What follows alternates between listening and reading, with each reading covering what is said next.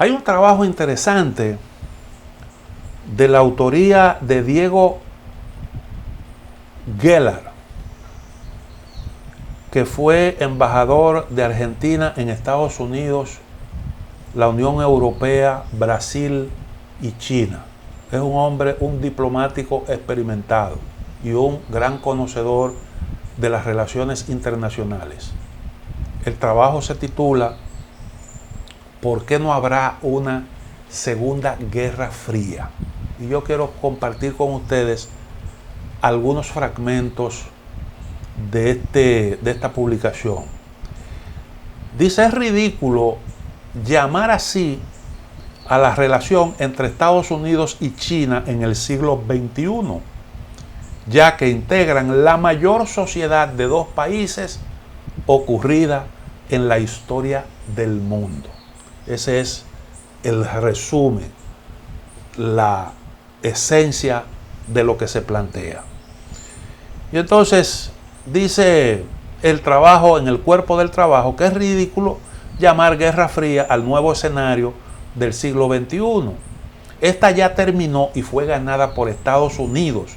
China y Estados Unidos son la mayor sociedad entre dos países ocurrida en la historia del mundo. Solo dos datos. El 40% de las reservas del Banco Central de China son bonos del Tesoro de los Estados Unidos y el 90% de las empresas americanas más significativas están instaladas en China, trabajando para el mercado asiático, el norteamericano y el global. Eso lo decimos nosotros aquí a cada rato. China es el primer socio comercial, este es un dato interesante, es el primer socio comercial de 127 países. El primer socio comercial de 127 países. Mientras que Estados Unidos lo es de 63. Fíjense cómo van las cosas en el ámbito del comercio y cómo está ya posicionada China.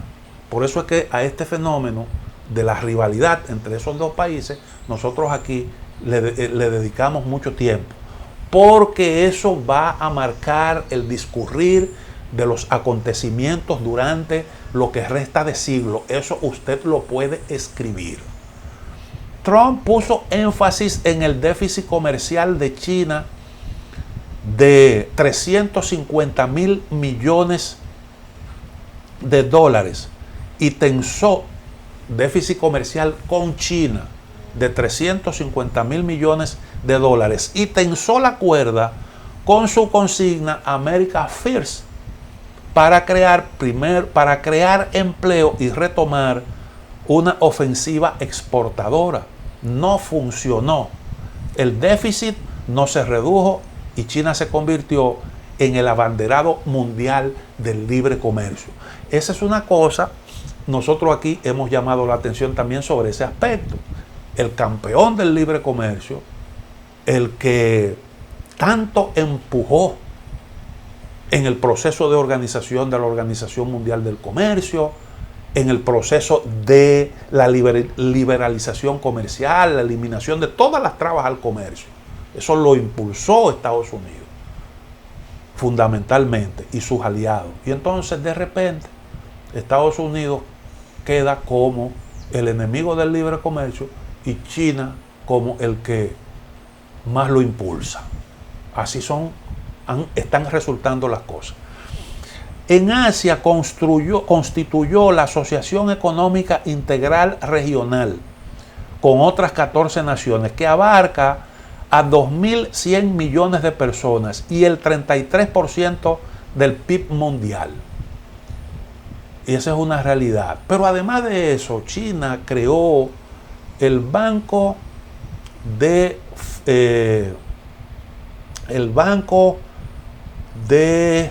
Estímulo a la inversión en infraestructura, Banco de Desarrollo de las Infraestructuras, y se creó para la región asiática. Es como el equivalente del Banco Mundial, pero en la región asiática. se fundó con 100.000 millones de dólares. 100.000 millones. Y ustedes saben quiénes son socios extrarregionales de ese organismo que Estados Unidos quiso bloquear. Ahí están Francia, Inglaterra, España, los principales países europeos están ahí, incluyendo también Canadá. Lo que significa, lo que se deja entrever claramente, que hay países que con ciertos intereses no transigen, a pesar de sus alianzas estratégicas. Pero bueno, sigue diciendo el trabajo. Hoy China y Estados Unidos son dos versiones del capitalismo. Los chinos se definen como socialistas de mercado con características chinas. Las diferencias son culturales, Occidente versus Oriente, y los valores y la organización política y social china son inaplicables en Occidente. Los países occidentales quieren y necesitan comerciar y compartir financiamiento e inversiones con China. Lo mismo a la recíproca.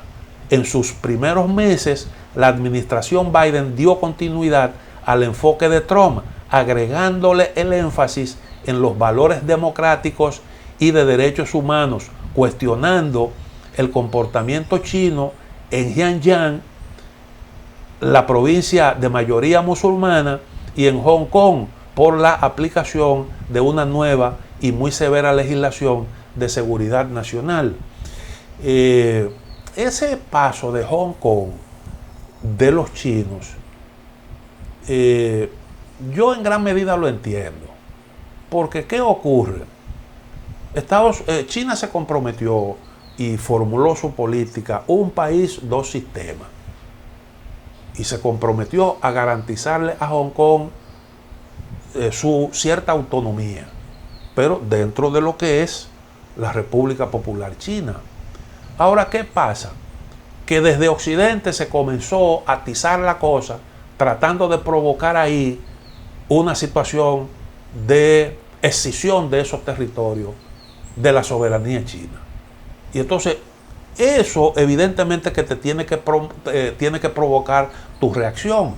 Por eso, como el caso, por ejemplo, de Ucrania, que trataron de alarla para la Unión Europea y trataron de aliarla para la OTAN.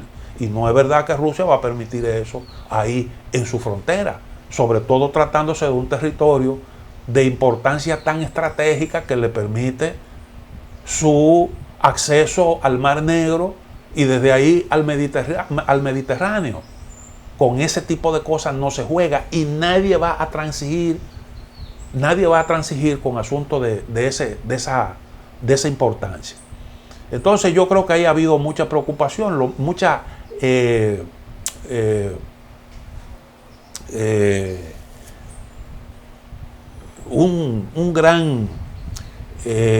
una gran provocación es el término que estaba buscando, y ha habido entonces en consecuencia reacciones.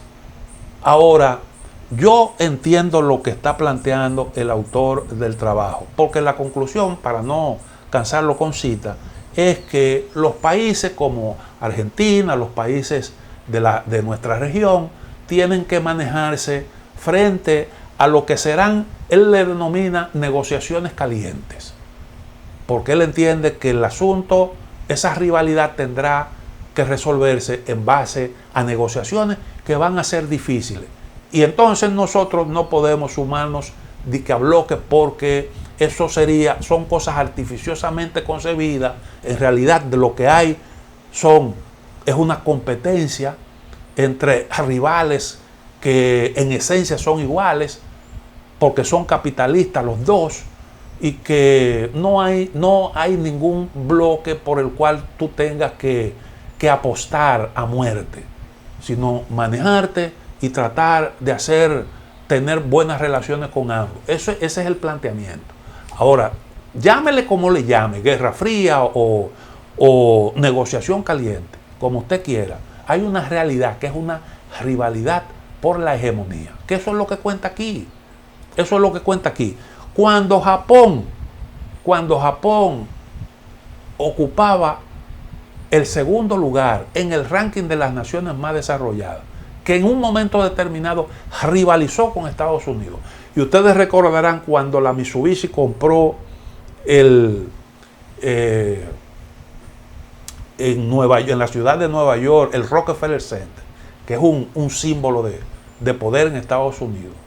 Cuando eso ocurrió y cuando se veía el empuje de la economía japonesa, inmediatamente los norteamericanos bajaron a los japoneses de su pedestal con algunas medidas, con algunas sanciones que le impusieron. Ustedes recordarán eso.